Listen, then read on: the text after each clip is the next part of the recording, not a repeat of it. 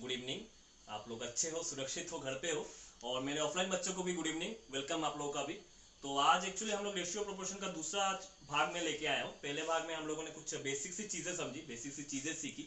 आज थोड़े से अच्छे लेवल के सवाल करेंगे, और सवाल वैसे कैसे जो हाल फिलहाल में पेपर में पूछे गए हैं, एसएससी सीजीएल में या सीपीओ में या फिर आपके कैट तक के लेवल के मैंने सवाल ढूंढ के इस पीडीएफ में डाला है। पीडीएफ आपको क्लास के बाद आप ये इसमें देख लेना, मेरे टेलीग्राम चैनल में देख लेना, उसका लिंक मैंने दिया हुआ है। तो चलो क्लास शुरू करते हैं और अच्छे से करेंगे हम लोग। सिलेक्शन आप लोगों का इसी साल होना है, ये नहीं कि मेरे मतलब सिलेक्शन ले लेंगे, ये नहीं है। सिलेक्शन सब बच्चों का इसी साल मुझे करवाना है, और ये अगर मेरे पे आई है ना, सबका सिलेक्शन होगा। मैं बोल रहा हूँ सबका सिलेक्शन होगा। ठीक है, चलो शुरू करते हैं आज का क्लास, मजे से करेंगे भाई।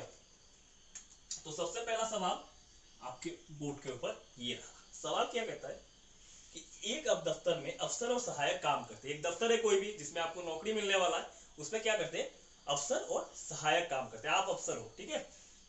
यदि 15 सहायक छुट्टी पर जाते हैं, तो एक ऑफिस है, इसमें अफसर अफसर अफसर और असिस्टेंट काम करते हैं, ठीक। उसके बाद क्या बोलता है कि यदि 15 सहायक छुट्टी पे जाते हैं, कुछ काम हो गया, 15 सहायक का पेट खराब हो गया, तो क्या हुआ भाई, 15 सहायक चले गए छुट्टी पे, ठीक है। शैतान लोग के होते हैं, छुट्टी पे चले गए कि हमको काम नहीं करना है, हम छुट्टी पे चले गए, ठीक है। छुट्टी पर जाते हैं तो हर सहायक के साथ 2 अफसर रहते हैं, मतलब एक सहायक के साथ 2 अफसर बाबू रहते हैं, ठीक है। उसके बाद यदि 45 अफसर छुट्टी पे जाते हैं, उसके बाद क्या हुआ कि अफसर तो चले गए छुट्टी पे, सॉरी असिस्टेंट तो चले गए छुट्टी पे, तब अफसरों ने क्या कहा कि सिर्फ ऑफिसर ही क्यों मजे ले, हम क्या मजे नहीं ले। तो क्या किया कि 45 अफसर छुट्टी पे चले गए। उसके बाद तो ये जाने के बाद क्या हुआ, तब हर अफसर के साथ 5 सहायक रहते हैं। जब ये 45 अफसर बाबू चले गए ना, तो हर अफसर के साथ 5 सहायक बच जाते हैं। तो आपसे पूछ रहा है कि सहायकों की कुल प्रारंभिक संख्या ज्ञात करें, कि सहायक प्रारंभिक में पहले ऑफिस में कितने सहायक काम करते थे, ये 15 जाने से पहले। ये था सवाल, ये आपका सीजीएल मेंस में पूछा हुआ एक सवाल है। आगे बढ़ते, देखो सवाल तो मैंने ग्राफिकली रिप्रेजेंट कर ही दिया है। अब सवाल को समझो, ये कैसे हम लोग को अप्रोच करना है। बेस्ट अप्रोच क्या होता है, मुझे लगता है कि देखो, पहले यहाँ पे 5 अफसर थे, सॉरी 5 असिस्टेंट थे पहले, यहाँ पे एक थे, फिर 5 हो गए। लेकिन हमें क्या हुआ कि पहले 15 ही गए हैं, पहले 15 असिस्टेंट गए हुए थे, फिर 45 अफसर गए हैं। मतलब असिस्टेंट तो अगर पहले यहाँ पे एक था, तो यहाँ पे भी तो इक्वल रहना चाहिए ना, ये तो बढ़ना नहीं चाहिए ना, एक ही रहना चाहिए। इसका मतलब यहाँ पे 5 हो रहा है, यहाँ पे 1 हो रहा है, ये नहीं होना चाहिए, दोनों जगह इक्वल हो रहा है। तो हमने क्या किया, 5 से इसको मल्टीप्लाई कर दिया। अब बताओ, अफसर यहाँ पे भी 5 है और यहाँ पे भी 5 है असिस्टेंट, सॉरी मैं अफसर बोल गया, सहायक यहाँ पे भी 5 है, यहाँ पे भी 5 है। अब तो कोई दिक्कत नहीं है ना, 15 यहाँ से गए, जाने के बाद यहाँ पे 5 रह गए। अब अफसर 45 जाएंगे तब भी 5 ही रहेंगे ना, असिस्टेंट तो नहीं जा रहे हैं ना। तो पहले यहाँ पे कितने थे अफसर, 10 हो गए। आज यहाँ पे कितने अफसर है, 1 है। तो 10 से क्या हुआ, 9 अफसर चले गए छुट्टी पे, यही ना हुआ, 9 अफसर कम गए। लेकिन सवाल में तो मुझे दिया हुआ है कि 45 अफसर लीव पे गए हुए हैं, 45 अफसर गए हुए, इसका मतलब 9 की वैल्यू है 45। अगर 9 की वैल्यू 45 है, तो 1 का वैल्यू 5 होगा, और 5 की वैल्यू, हमको तो असिस्टेंट मांगा हुआ है कि कितना असिस्टेंट है, कितने सहायक है, तो 5 की वैल्यू हमारा होगा 25। लेकिन ये 25 ठहरो, खत्म नहीं हुआ है सवाल। लेकिन ये 25 क्या है, ये 25 है कि आज जो ये 15 लोग छुट्टी पे जाने के बाद 25 लोग आज काम कर रहे हैं ऑफिस पे। इसका मतलब हमको क्या पूछा है, प्रारंभिक संख्या बताने के लिए पूछा है कि पहले कितने अफसर सहायक थे, कितने असिस्टेंट पहले काम कर रहे थे। तो 15, और उसके साथ ये जो 25 के साथ ये 15 जुड़ेगा, 40, और 40 इस सवाल का उत्तर था।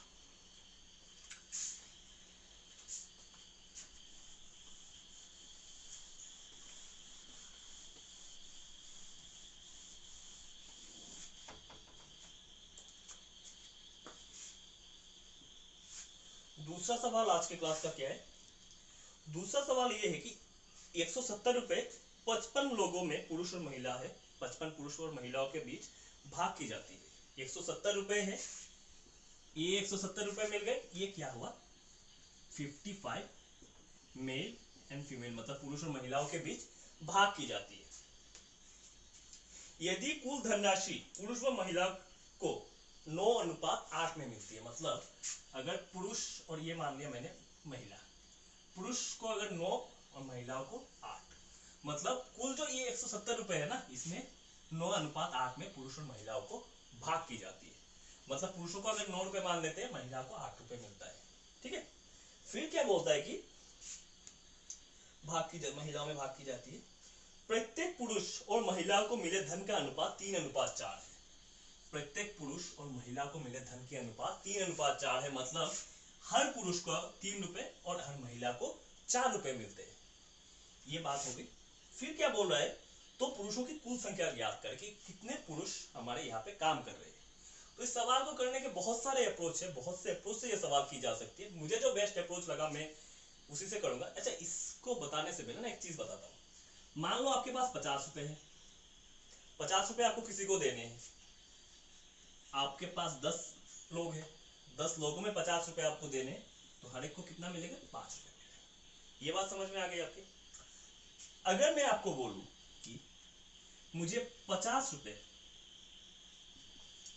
5 जन को दे रहा हूं मैं, नहीं 50 रुपए है मेरे पास और हर एक को 5 रुपए करके मिल रहा है, तो मैं यहां से भी तो बता सकता हूं कि ये 10 है।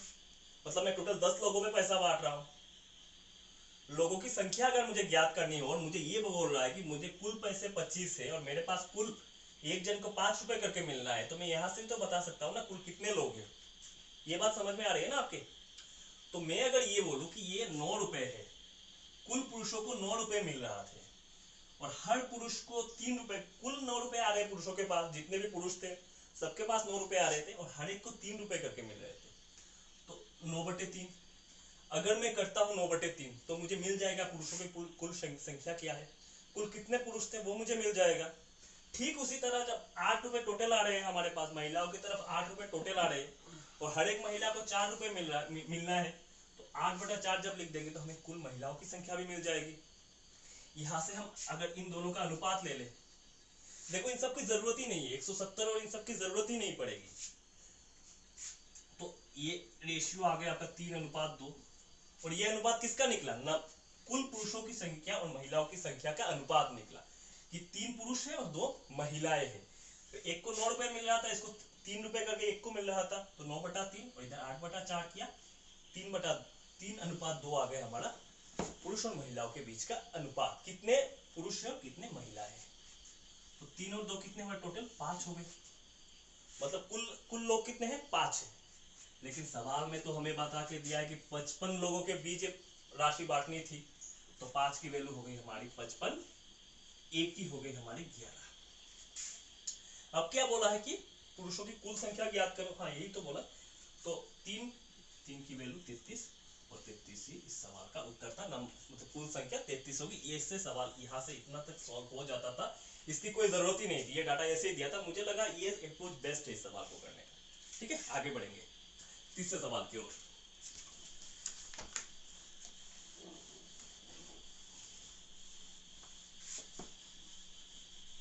सवाल नंबर 3 आज के क्लास का। सवाल नंबर 3 क्या बोला, उसी टाइप का है। मैंने इस सवाल को थोड़ा सा एक्चुअली मैंने ट्विस्ट किया है इस सवाल को। तो एक्चुअली मैं इस सवाल में और क्या क्या पूछे जा सकते हैं, प्रीवियस ईयर का पेपर था, मैंने हल्का सा ट्विस्ट किया है। सवाल बोल रहा है कि 180 रुपए है, 180 रुपए 66 पुरुष व महिला के बीच भाग की जानी थी। तो 66 लोगों के बीच हमें भाग कर की जानी थी। हमने क्या किया, पुरुष व महिला को मिले धनराशि का अनुपात 5:4 है। बताओ कोई बड़ी बात, 5:4 है। ये पुरुष और ये महिला है। इनको एक पुरुष को, अगर पुरुषों को कुल अगर 5 रुपए मिल रहा है तो महिला को 4 रुपए मिल रहा है। वही पहले का कंसेप्ट है। किंतु प्रत्येक पुरुष व महिला को मिले धनराशि का अनुपात 3:2 है। वही पिछले वाले सवाल का कॉन्सेप्ट मैं लगा दूंगा, इन दोनों का अनुपात ले लूंगा। अगर 5/3 और 4/2 कर दूंगा तो पुरुषों की संख्या और महिलाओं की संख्या का अनुपात आ जाएगा। तो ये जब काटेंगे तो ये 2 हो जाएगा और ये हो जाएगा 5:, ये 3 इधर जाके मल्टीप्लाई होगा तो होगा 5:6। तो 5:6 हमें कुल संख्या पहले निकाल लेते हैं। 6 5 11, 11 की वैल्यू 66, 66 दी हुई ना, 66, 1 की वैल्यू 6, 5 की वैल्यू 30। ये क्या आ गया 30 हमारा, ये 30 आ गया हमारा टोटल नंबर पुरुष कितने हैं यहाँ पे, पुरुषों की संख्या कुल संख्या आ गई। लेकिन मुझे सवाल में क्या पूछा है कि प्रत्येक पुरुष को मिले धनराशि ज्ञात कीजिए। इस बार ये नहीं पूछा है कि पुरुषों की संख्या क्या है, इस बार हमसे पूछ रहा है कि प्रत्येक पुरुष को कितना रुपए मिला है। ठीक है, तो 180 रुपए थे, इस बार इस 180 का उपयोग आ जाएगा। 180 थे, 180 बांटी जानी थी 5:9 में बांटी जानी थी, 5:4 में, सॉरी 5:4 में बांटी जानी थी पुरुषों के और महिलाओं के बीच, मतलब 9, 5 और 4 9, 9 की वैल्यू 180, 5 की वैल्यू 100, मतलब पुरुषों को टोटल 100 रुपए मिल रहा है। समझो इस बात को। हल्का सा ट्विस्ट अगर करता है इस सवाल में तो कैसे करेगा एग्जामिनर और क्या सोच सकता है, सिर्फ प्रीवियस ईयर हूबहू डिक्टो करवा देने से नहीं होता है। सवालों में मैं थोड़ा सा ट्विस्ट करता रहता हूँ, तो इससे क्या होता है कि बच्चे और आगे क्या आ सकते हैं और आने वाले दिनों में क्या आ सकते हैं, मैं वो कोशिश करता हूँ। तो 100 रुपए आ गए, 30 हमारे पुरुषों की संख्या आ गई, 100 रुपए पुरुषों को टोटल मिलने थे, तो हर पुरुष को कितना मिलेगा 100/30, मतलब 3.33 रुपीस, ये हर पुरुष को मिलेगा। इसमें एक्स्ट्रा ये पार्ट आपको करना था, ये वाला पार्ट आपको, पुरुषों की संख्या पिछले वाले सवालों से यहाँ पे खत्म हो गया था, उसके बाद ये आपको करना था। तो 3.33 सवाल का उत्तर था। आगे बढ़ेंगे, थोड़ा सा जल्दी जल्दी कराना हूँ क्योंकि मुझे सवाल भी ज्यादा कराने हैं। तो कोई भी डाउट होगा ना आप मुझे कमेंट में पूछो, मैं हर एक कमेंट देखता हूँ। और बेटा सिलेक्शन तो इसी साल लेके रहना है और नहीं बेकारी। अच्छा, अगला सवाल है, दो स्टेशन के बीच, दो स्टेशन है, दो स्टेशन के बीच रेलगाड़ी और बस का किराया, दो स्टेशन है, उन दो स्टेशन में रेल और बस चलती है और कुछ नहीं चलता है, पैदल भी नहीं जाता है, रेल और बस ही चलता है। तो रेल और बस का किराया का अनुपात, जो किराया है आज के दिन का, जो रेल का किराया और बस का किराया है, ये 3:1, ये रेल मान लिया हमने, ये बस मान लिया। ठीक है, तो बता रहा है कि दो स्टेशनों के बीच रेलगाड़ी का किराया और बस का किराया का अनुपात 3:4 है। ठीक, ये CDS 2019 में आया हुआ है। यदि रेलगाड़ी का किराया 20% बढ़ जाता है, रेल का किराया कितना बढ़ा 20%, ठीक, और बस का किराया 30% बढ़ जाता है, ये कितना बढ़ा 30% बढ़ गया, तो रेलगाड़ी और बस के संशोधित किरायों का अनुपात क्या होगा। जो नया किराया आ रहा है ना, ये तो किराया बढ़ने के बाद जो नया अनुपात होगा वो क्या होगा। कुछ नहीं करना था, मान लेते इसको पहले किराया 3 रुपए था, आज किराया 4 रुपए है, मतलब पहले किराया ट्रेन का, रेल का 3 रुपए था, बस का 4 रुपए था, ये हम 3 रुपए और 4 रुपए मान लेते। ठीक है, 20% बढ़ा है, मतलब क्या है 5 से 6 हुआ है, 20% बढ़ा है। यहाँ पे कितना बढ़ गया है 30% बढ़ गया है, मतलब 10 से 13 हो गया। इन दोनों का रेशियो निकाल लो, सवाल का उत्तर आ जाएगा। ये 5 से 10 दो बार कट गया, 2 से 2, ये 3 हो गया और ये हो गया 9:13, और यही इस सवाल का उत्तर था। ऑप्शन नंबर ये था।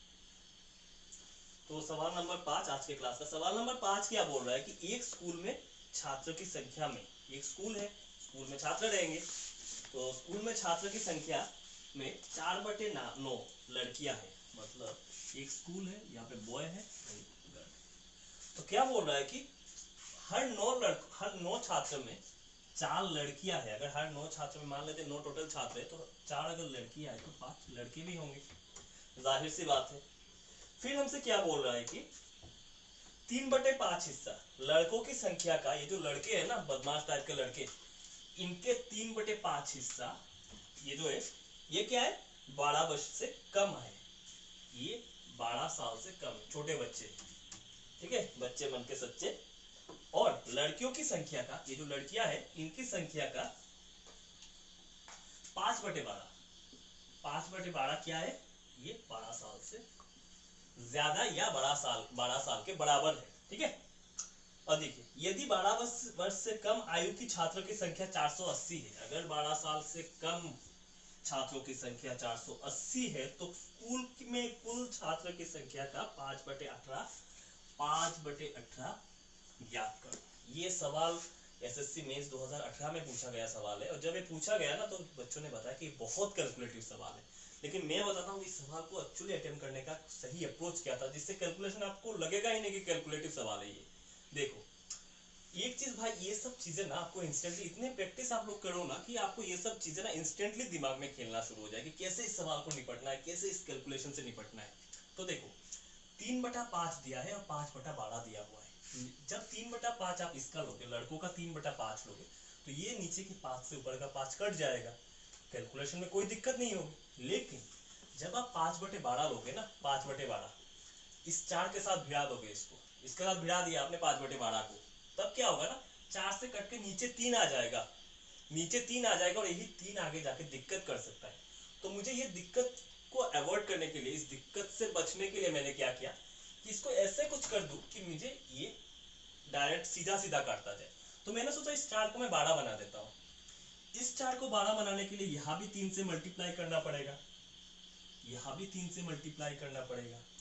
तब क्या होगा, ये 15 हमारा हो जाएगा, ये 5 हो जाएगा हमारा 15, ये 4 हो जाएगा 3 से मल्टीप्लाई करने के बाद 12।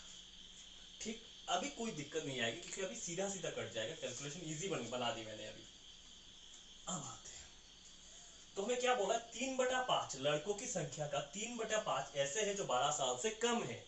तो इसका 3/5 लेंगे हम, 5 से 15 कटेगा, 3 रह जाएगा, 3 तिया 9 ऐसे बच्चे हैं इन 15 बच्चों में जो 12 साल से कम आयु के हैं।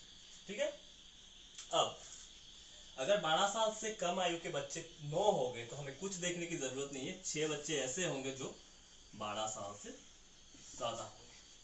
सही बात। अब आते हैं लड़कियों की संख्या पे। लड़कियों में क्या दिया हुआ है, 5/12 ऐसे है जो 12 साल से ज्यादा उम्र की लड़कियां हैं। तो 12 से 12 कट गया, तो हमारा 5 ऐसी लड़कियां आ गई जो 12 साल से ज्यादा की उम्र की है। ये 5 ऐसी लड़कियां आ गई जो 12 साल से ज्यादा की उम्र की है। तो जाहिर सी बात है 7 ऐसी लड़कियां आएंगी जो 5, अगर 5 और 7 बन के 12 बनाएंगे तो 7 ऐसी लड़कियां आएंगी जो 12 साल से कम आयु के हैं। अब हमें क्या दिया हुआ है, ये जो 480 दिया हुआ है ना, 480, ये 480 क्या है, ये बोल रहा है कि 480 ऐसे छात्र है जो 12 साल से कम आयु के हैं। ये कुछ ऐसे छात्र है जो 12 साल से कम आयु के हैं। तो यहाँ पे 12 साल से कम आयु के बच्चे कितने हैं, ये 9 हो गया, ये 7 हो गया, 9 और 7 16 ऐसे बच्चे हैं यहाँ के हिसाब से जो 12 साल से कम आयु के हैं। लेकिन मेरे तो 480 दिया हुआ है, इसका मतलब है 16 की वैल्यू 480, ये इसका 30 गुना है। तो मुझे क्या पूछा, क्या है अल्टीमेटली मुझे पूछा है कि कुल छात्रों की संख्या का 5/18 बताओ। तो यहाँ से 12, यहाँ से 5 और 4 का वैल्यू नहीं निकलेगा, इसको कन्वर्ट कर दिया है ना 12, 15 और 12 में, तो 27 का वैल्यू निकलेगा। समझ रहे हो मेरी बात। तो 27 मतलब कुल छात्रों की संख्या क्या होगा, इसके साथ 30 इंटू हो जाएगा, इंटू मत करो, इसको ऐसे रहने दो, 27 इंटू 30। गलती क्या करते हो ना, 27 इंटू 30 810 तुम लोग लिख लोगे, फिर प्रॉब्लम आ जाएगी। तो इसको ऐसे ही रख दो, 27 इंटू 30 रख दो। इसका कितना लेना है, 5/18, 5/18 ले लो भाई, कोई दिक्कत। 18 है, ये 9 से चला जाएगा, 9 दूनी 18, 3 न्यू 27, फिर गया ये कट गया, तो ये 3 पंजे 15, 15 15 225, और 225 ही सवाल का उत्तर था। एकदम कैलकुलेटिव नहीं है। देखो सवाल में देखने से घबराओ मत, फ्रैक्शन दे दिया है ना तो सोचने लगे कि कैलकुलेटिव होगा, लेकिन हम लोग कैलकुलेशन को भी हमें आसान बनाना है। तो यही बात थी। अगले सवाल की ओर हम लोग मूव करते। थोड़ा सा जल्दी करा रहा हूँ, कंटेंट में एक्चुअली ना मुझे वो पता नहीं है, पसंद नहीं है कि बातें करते रहो, कंटेंट थोड़ा सा दो। बहुत ज़्यादा यूट्यूब पे वही आजकल चल रहा है, टीचर पढ़ाता कम है और अपने कोर्स का या इस कंटेंट का एडवर्टाइजमेंट करने लग जाता है। तो मेरा वो इंटेंशन नहीं है। मैं अगर 1 घंटा भी पढ़ा रहा हूँ तो मैक्सिमम से मैक्सिमम मुझे कंटेंट मुझे बच्चों को देना है, क्योंकि सिलेक्शन तो इसी साल देना है आप लोगों को। सवाल नंबर 6 आज की क्लास का। सवाल नंबर 6 क्या बोलता है कि एक कंपनी में कर्मचारी, बहुत दिन हो गए ना मुझे हिंदी पढ़े हुए इसलिए तो थोड़ा सा अटक जाता हूँ। एक कंपनी के कर्मचारियों की संख्या का 2/3 पुरुष है। मतलब अगर मेल, और ये मैं फीमेल से डिनोट कर दूं, तो बोल रहा है कि 3 एम्प्लॉय में से 2 अगर पुरुष है तो 3 में से 1 महिलाएं हो जाएगी। ये हमने इंटरप्रेट कर दिया, ठीक है। यदि पुरुष कर्मचारियों का 3/8 और महिला कर्मचारियों का 2/5 अस्थाई है, मतलब पुरुष कर्मचारियों का 3/8 एंड महिला कर्मचारियों का 2/5, अगर ये अस्थाई है, ये अस्थाई है और स्थायी कर्मचारियों की कुल संख्या और स्थायी कर्मचारियों की कुल संख्या 740 दी रखी हुई है, 740 है, तो 7/15 कर्मचारियों की कुल संख्या और महिलाओं की संख्या में कितना अधिक है। ठीक है, इस पार्ट में हम लास्ट वाले पार्ट में हम बाद में जाते हैं, पहले ये सोचो ये क्या है बेटा, ये टेम्पोररी है, ये जो है ना ये अस्थायी कर्मचारी है, और ये क्या है, परमानेंट कर्मचारी है। ये हमको दो चीजें दी रखी हुई है, बड़े शांति के साथ हम सवाल को अप्रोच करते हैं। हर पुरुष और महिलाओं की संख्या का अनुपात क्या है, 2 और 1 में है, 2 पुरुष है 1 महिला है। ठीक है, इसको समझने वाले सब सवाल है, थोड़ा धीरे धीरे समझाऊंगा मैं। तो देखो ये 3/8 है और ये 2/5 है ना, ये 3/8 2 से कटेगा, जब इस 2 का जब हम 3/8 लेंगे तब भी तो ये नीचे डिनोमिनेटर आएगा, इसका जब लेंगे तब भी 5 नीचे आ जाएगा, पंगा यहाँ फंसता है। तब इसको कैसे कैलकुलेशन इजी किया जाए, एक चीज देखो, 8 और 5 का एलसीएम देख लो, 8 और 5 का एलसीएम कितना होता है, 40। ठीक, तो इसको ना 40 के बराबर बना दो, इसको एक को तुम 40 के बराबर बना दो, ऑटोमेटिक सवाल बन जाएगा। पहले को बनाओ 40 के बराबर, तो 20, इसको 40 के बराबर बनाने में हमें क्या करना पड़ेगा, 20 से मल्टीप्लाई करना पड़ेगा, यहाँ भी हमको 20 में से मल्टीप्लाई करना पड़ेगा, तो ये हो गया 40, ये हो गया 20। अब हमारे आगे 40 पुरुष और 20 महिलाएं। अब यहाँ से निकाल लेते हैं हम कि इसका इस 40 में से कितने टेम्पोररी पुरुष कर्मचारी है, तो 3/8 है, इसका जब 3/8 लोगे, 8 से 8 5 बार 15, 15 ऐसे है जो टेम्पोररी है, जो अस्थायी कर्मचारी है। अगर 15 कर्मचारी 40 में से अस्थायी है तो 25, जाहिर सी बात है 25 हमारे परमानेंट एम्प्लॉय हो गए। ये पुरुषों की बात हो गई। अब महिला कर्मचारियों की ओर जाते हैं। 2/5 हमारा क्या दिया हुआ है, अस्थायी महिला कर्मचारी, तो इस 20 का 2/5 निकालो, 4, 4 दूनी 8। अगर 8 कर्मचारी अस्थायी है, अगर 8 कर्मचारी अस्थायी है तो बाकी 12 बच्चे कर्मचारी क्या है, परमानेंट है। ठीक, तो यहाँ से देखो हमें परमानेंट एम्प्लॉय की संख्या क्या मिलती है, यहाँ पे 25 है स्थायी और यहाँ पे 12 कर्मचारी स्थायी है, तो 25 और 12 37 है, 37 कुल एम्प्लॉय है जो स्थायी है, और इस 37 की वैल्यू हमको दे रखी है 740। 37 का वैल्यू अगर 740 है तो एक का वैल्यू 20 होगा, एक का वैल्यू 20 होगा। कुल एम्प्लॉय यहाँ पे कितने हैं, 40 20 60 है, 60 का वैल्यू हमारा हो जाएगा 1200। ये आ गए हमारा कुल एम्प्लॉय कितने हैं, 1200 एम्प्लॉय हमारे कुल है, टोटल एम्प्लॉय की संख्या 1200 है। लेकिन हमको 1200 टोटल एम्प्लॉय की संख्या नहीं पूछे ना जी ना, हमको क्या पूछा है कि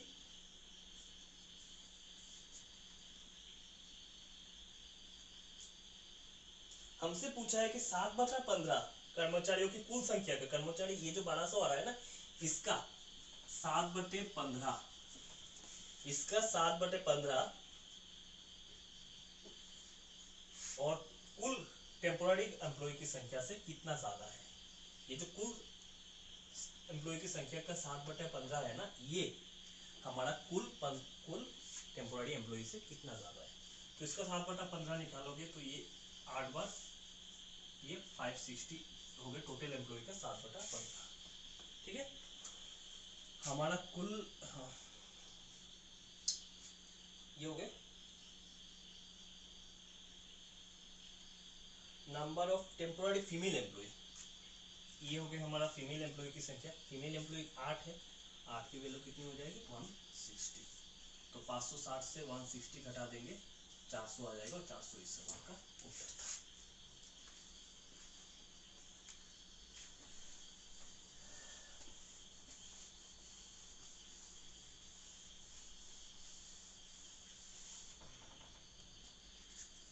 इसके बाद अच्छा सवाल, ये सब तो कर लोगे।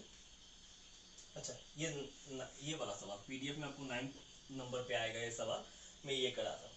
The price of A movie ticket film की टिकट की कीमत 9:10 के बड़ी है। मतलब पहले अगर 9 रुपए था तो आज 10 रुपए हो गए। 9:10 का मतलब है कि 9:10 में अगर बोल रहा है कि टिकट का कीमत बढ़ा है, तो इसका मतलब है पहले अगर 9 रुपए मिल रहे थे टिकट के, तो आज 10 रुपए मिल रहे हैं टिकट के। ठीक है, बड़ी है। यदि सिनेमा हॉल में कुल किराया 180 रुपए था, मूल किराया सॉरी, अगर सिनेमा हॉल में मूल किराया 180 रुपए था और 2200, यहाँ पे ठीक कर लेना, 2200 है टोटल, 2200 टिकट बेचे गए थे, तो सिनेमा हॉल के राजस्व, वर्धित राजस्व क्या है? मतलब अगर पहले 180 रुपए हर टिकट के मिलते थे और कुल 2200 टिकट, 2200 टिकट अगर कुल इसका आपका टिकट सेल होते और एक टिकट का अगर आपको पहले 180 रुपए मिलता था, तो आज बोल रहा है कि कितना रुपए, जो ये 9 से 10 रुपए हो गया है ना, इसके लिए कितने रुपए आपको ज्यादा मिल रहे हैं? 9 से 10 रुपए। तो पहले 180 मिल रहा था ना एक टिकट में, यहाँ पे तो 9 दिया हुआ है। ये एकदम आसान सा सवाल है। 9 की वैल्यू 180, मतलब ये 20 बढ़ा है, तो 10 का कितना होगा? 10 का चाहिए भी नहीं, 9 से 10 हो गया ना, एक बड़ा है, एक बड़ा है, 1 रुपए बड़ा है, 9 रुपए तो था पहले, अब 10 रुपए हो गया, तो एक बड़ा है, एक की वैल्यू 20 रुपए। 20 रुपए टिकट कितने? 20 रुपए हमारा आज बढ़ गया है, टिकट का दाम 20 रुपए बढ़ा है एक टिकट पे। एक टिकट पे हमारा 20 रुपए अगर बढ़ रहा है, तो 2200 टिकट पे, 2200 टिकट पे कितना बढ़ेगा? इंटू 20, इसका मतलब है 44,000 रुपीज हमको ज्यादा मिल रहे हैं। मतलब पहले 2200 टिकट सेल हो रहे थे ना, अभी एक टिकट पे 20 रुपए हमारा बढ़ गया है। एक टिकट पे अगर 20 रुपए ज्यादा मिल रहे हैं, तो 2200 टिकट पे हमको कितना ज्यादा मिलेगा? 2200 इंटू 20, 4400। और इस सवाल का उत्तर था।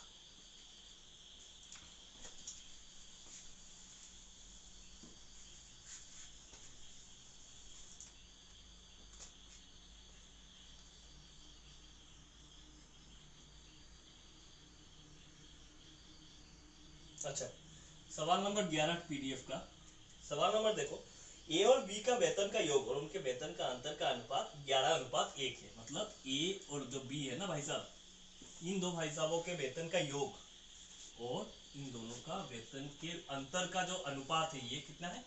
11:1। ठीक, अब क्या बोल रहा है? और बी और सी के वेतन का योग और बी और सी के वेतन का अंतर का भी जो रेशियो लोगे ना, वो भी 11:1 ही होगा। मतलब बी अनुपात सी का जो, बी और सी का जो वेतन का योग और बी और सी का जो वेतन का अंतर होगा, वो भी 11:1 में होगा। तो तुमसे क्या पूछ क्या रहा है? अगर अगर ए का वेतन सबसे ज्यादा है और सी का वेतन सबसे कम है, तो बी का वेतन ज्ञात कर। बी को कितना वेतन मिल रहा है वो बोल रहा है, ए सबसे ज्यादा मिल रहा है ए को और सी को सबसे कम मिल रहा है। तो ये सवाल देखो, ए प्लस बी, ए माइनस बी, ए प्लस बी, बी का वैल्यू 11 दिया हुआ है, ए माइनस बी का वैल्यू 1 दिया हुआ है।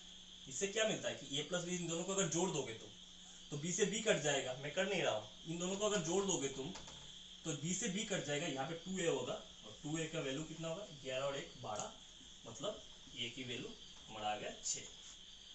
ए की 6 आ गया भाई।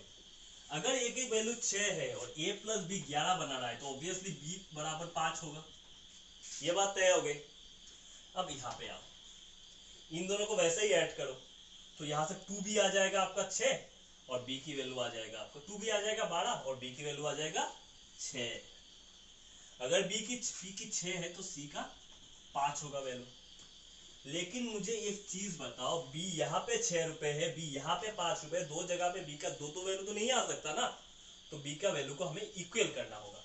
तो 6 है 5 है, मतलब 30 बनाना होगा। 6 और 5 का एलसीएम होता है 30 बनाना होगा। तो यहाँ पे 30 के लिए क्या करेंगे हम, इसको 6 से मल्टीप्लाई करेंगे तो हो जाएगा 36, यहाँ पे हो जाएगा 30, और यहाँ 5 से मल्टीप्लाई होगा ना, तो 5 से यहाँ पे तो 30 हो गया, ये हो गया 25। 36 अनुपात 30 अनुपात 25, ये हो गया इन तीनों का सैलरी का अनुपात। अब क्या पूछा है हमसे कि बी की सैलरी ज्ञात करें। अगर कुल सैलरी 182 है, 1,82,000 अगर कुल सैलरी है, तो इन तीनों का योग कितना होगा? 36, 66, ये 81 हो गए, सॉरी 91 हो गया, 91 हो गया ना इन तीनों का जोड़। और इस 91 की वैल्यू दी रखी है 182 2 जीरो, ठीक है। 1 कितना दे रखा है एक बार चेक कर लेता हूँ। 1,82,000, ठीक है। तो एक की वैल्यू यहाँ से आ गई 2000। बी का कितना है 30 है, 30 की वैल्यू 60,000। और यही सवाल का उत्तर था।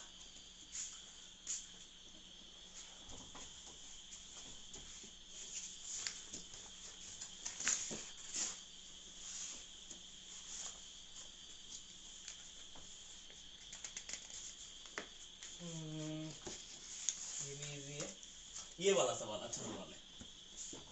ये एक पर्स है जिसमें हमारा पैसा कितना रखा हुआ है 34.5 रुपीज रखा हुआ है एक पर्स में, और उसमें कुछ नोट रख दिए हैं। नोट कौन कौन से रखे हैं, नोट या कॉइन्स रख दिए हैं, कॉइन्स रखे हैं उसमें कौन से 1 रुपए के कॉइन है,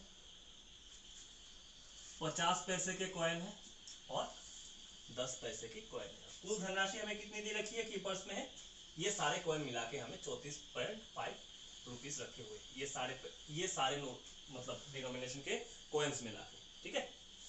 तो हमें ये बोल रहा है कि कॉइन से, और ये किस रेशियो में है 6:9:10, इस अनुपात में ये सारे कॉइन्स रखे हुए हैं, ठीक है। अगर मैं मान लूं कि इस बैग में जो पर्स है ना, इस पर्स में अगर 6 1 रुपए के कॉइन, 9 50 पैसे के कॉइन और 10 पैसे के, संख्याओं का अनुपात दिया है ना, मैं इन सबको ही मान लेता हूँ कि इतने इतने इतने इतने कॉइन्स थे यहाँ पे। तो मुझे बताओ अगर ये 6 रुपए के 1 रुपए के अगर 6 कॉइन होंगे तो ये कितने होंगे 6 रुपए मिल जाएंगे यहाँ पे। 50 पैसे के अगर 9 कॉइन होंगे तो यहाँ पे हमें कितना मिल रहा है 4.5, मतलब 4.5 रुपए मिल रहा है यहाँ पे। 10 पैसे के 10 कॉइन मिलकर कितना बनाएंगे 1 रुपए बनाएंगे। तो अभी बताओ कुल पैसा कितना हुआ यहाँ पे, कुल पैसा हुआ 6 रुपए 7 और 11.5 रुपीज हो गया हमारे यहाँ पे। लेकिन हमें तो बताया कि पास में 34.5 रुपीज थे, 34.5 रुपीज थे। इसका मतलब है कि 11.5 की वैल्यू 34.5 है, एक की वैल्यू 3 है, और हमें 10 पैसों की कॉइन कितनी है तो 10 की वैल्यू 30 है, और 30 इस सवाल का उत्तर था, ठीक है।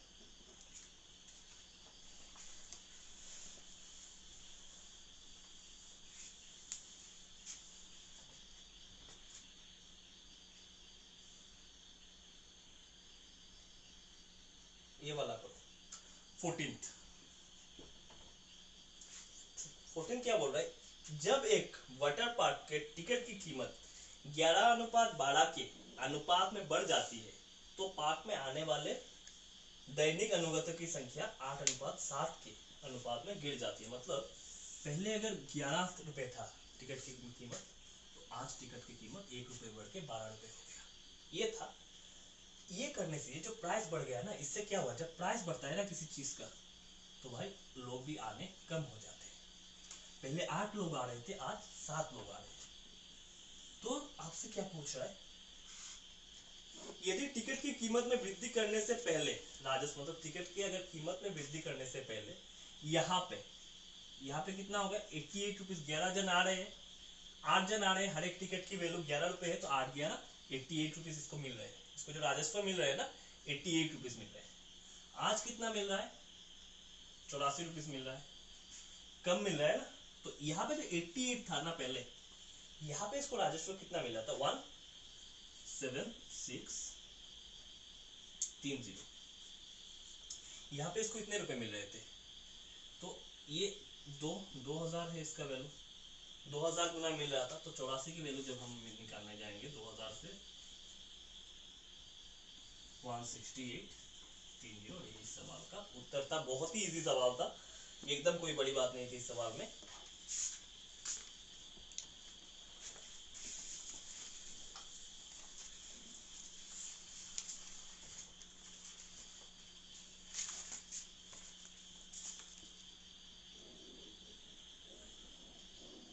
ये वाला सवाल कर लेते हैं। ये सवाल कैट में आया हुआ एक सवाल है, थोड़ा सा डिफिकल्ट सवाल है, लेकिन इस सवाल को हम देखेंगे कि कैसे हम आसान बना के इस सवाल को कर सकते हैं। सवाल को समझो। सवाल है कि हीरे की लागत सीधे उसके वजन के वर्ग में होती, मतलब हीरे की जो लागत है ना वो सीधा प्रोपोर्शनल होता है क्या उसके वजन के वर्ग का, ठीक। हाँ, एक बार क्या हुआ ना, ये हीरा को किसी ने तोड़ दिया, 1:2:3:4 में, 4 हिस्सों में इसको तोड़ दिया। ये जो हीरा है ना, इसको 4 टुकड़ों में तोड़ दिया। एक टुकड़ा कैसे हुआ, वो 1:2:3:4 में टूटा है। तो तुमसे पूछ रहा है कि टूटा है, जब टुकड़े बेचे गए, अब सारे टुकड़े टूट गए, अब इसको एक एक टुकड़े को बेचने जा रहा है कोई। जब टुकड़े बेचे गए ना, तो जो बेचने वाला है, बेचने वाले को 70,000 रुपए कम मिले उसको। जो बेचने जा रहा है ना व्यापारी, इस टुकड़ों को जब बेचना, कोई भी चीज होगा ना, जब इसको तोड़ दोगे आप, कोई भी चीज हो जब तोड़ दोगे ना, तो उसमें नुकसान ही होगा, उसमें फायदा तो नहीं होता। तो इस यहाँ पे भी इस व्यवसायी को 70,000 रुपए का नुकसान ही हुआ है। ठीक है, तो आपसे पूछ रहा है कि तो हीरो की मूल कीमत पता करें कि इनिशियल प्राइस, जो हीरो की असली, जो बिना टूटे हुए जो हीरा है ना, इसका एक्चुअल प्राइस में क्या है। कुछ नहीं है, क्या बोला है कि हीरो की दर, जो हीरो का दर है ना, ये क्या है, ये उसके वजन का वर्ग में प्रोपोर्शनल है। तो ये जो होगा, ये हो गया हीरो की ये, और प्राइस अगर हम लोग देखेंगे हीरो की, तो क्या होगा, ये 1/1, इसका प्राइस हो गया तुम्हारा 4, इसका हो गया 9, और इसका हो गया 16। ये हो गया इसका दर, प्राइस हो गया। पहले अगर हम इन सारे टुकड़ों को जोड़ दे, तो हीरो की पहले क्या थे, 1 2 3 3 6 10 था। पूरा हीरा जो था ना, ये हमारा 10 था। पूरा हीरा जो था हमारा 10 था, लेकिन आज ये टुकड़ों में बढ़ गया है। तो ये से ऐसे हमको प्राइस मिले। अगर पूरा हीरा 10 था, तो इस 10 से हमको कितना रेवेन्यू, कितना इनकम होगा। इस 10 को, अगर पूरा हीरा को लेके हम अगर बेचने जाएंगे, और इसका वजन अगर 10 आ रहा है, तो हमको पैसा कितना मिलेगा, 100 रुपए मिलेगा। या मिलना था हमको 100 रुपए, 100 रुपए हमें मिलना था। इस 10 का जब स्क्वायर करेंगे 100, ये 100 रुपए हमको एक्चुअली ओरिजिनल हीरे का, जो टूटा हुआ नहीं है, अनटूटा हुआ हीरा है, इससे हमें 100 रुपए मिलना था। लेकिन हमने क्या किया, हमने हीरे को तोड़ दिया, और हर एक टुकड़े को हमने इस तरह से बेचा। इस टुकड़े को 1 रुपए में, इसका स्क्वायर 4 रुपए में, इसको 9 रुपए में, और इसको 16 रुपए में। तो यहाँ से देखते हैं हमको कितना मिलता है, 4 5 14, और यहाँ से हमको 30 रुपए मिल रहा है। हमको अगर हीरा नहीं तोड़ते हैं, तब हमको 10 का ये जो स्क्वायर करते हैं, स्क्वायर करने से हमको 100 रुपए मिलना था। लेकिन हमने क्या किया, हमने इसको तोड़ दिया, और तोड़ने से हमको मिल रहे हैं 30 रुपए। इसका मतलब क्या है भैया, हमको 70 रुपए का नुकसान हो रहा है। 100 रुपए हमें मिलने थे, हमने 30 रुपए भी मिल रहे हैं। तो इसका सीधा मतलब है कि हम 70 रुपए का घाटा कर रहे हैं। और इसी 70 का वैल्यू हमको सवाल में कितना दे रखा है, 70,000 दे रखा है, कि 70,000 का हम लोगों को घाटा हो रहा है। इसका मतलब है कि एक की वैल्यू हमारा हो गया 10,000, और जो इसका ओरिजिनल प्राइस पूछा है ना, मतलब इस 100 की वैल्यू पूछी हुई है, इस 100 की वैल्यू कितनी होगी, 1 लाख। और 1 लाख ही इस सवाल का उत्तर था। इजी सवाल था, लेकिन ये एक्चुअली पता होना चाहिए था सवाल को किस अप्रोच से करना है। मुझे ये अप्रोच बेस्ट लगा, इसी अप्रोच से आप बनाना। और बाकी तो सारे सवाल इजी है, आप उससे कर जाओगे। ये सवाल कुछ इंपॉर्टेंट थे, मैंने पीडीएफ अपने टेलीग्राम चैनल में डाल दिया है, तो वहां से आप लोग लो। और कुछ अगर प्रॉब्लम्स आती है, तो मुझे वहीं पे टेलीग्राम पे मैसेज करो। Thank you very much for watching, thank you.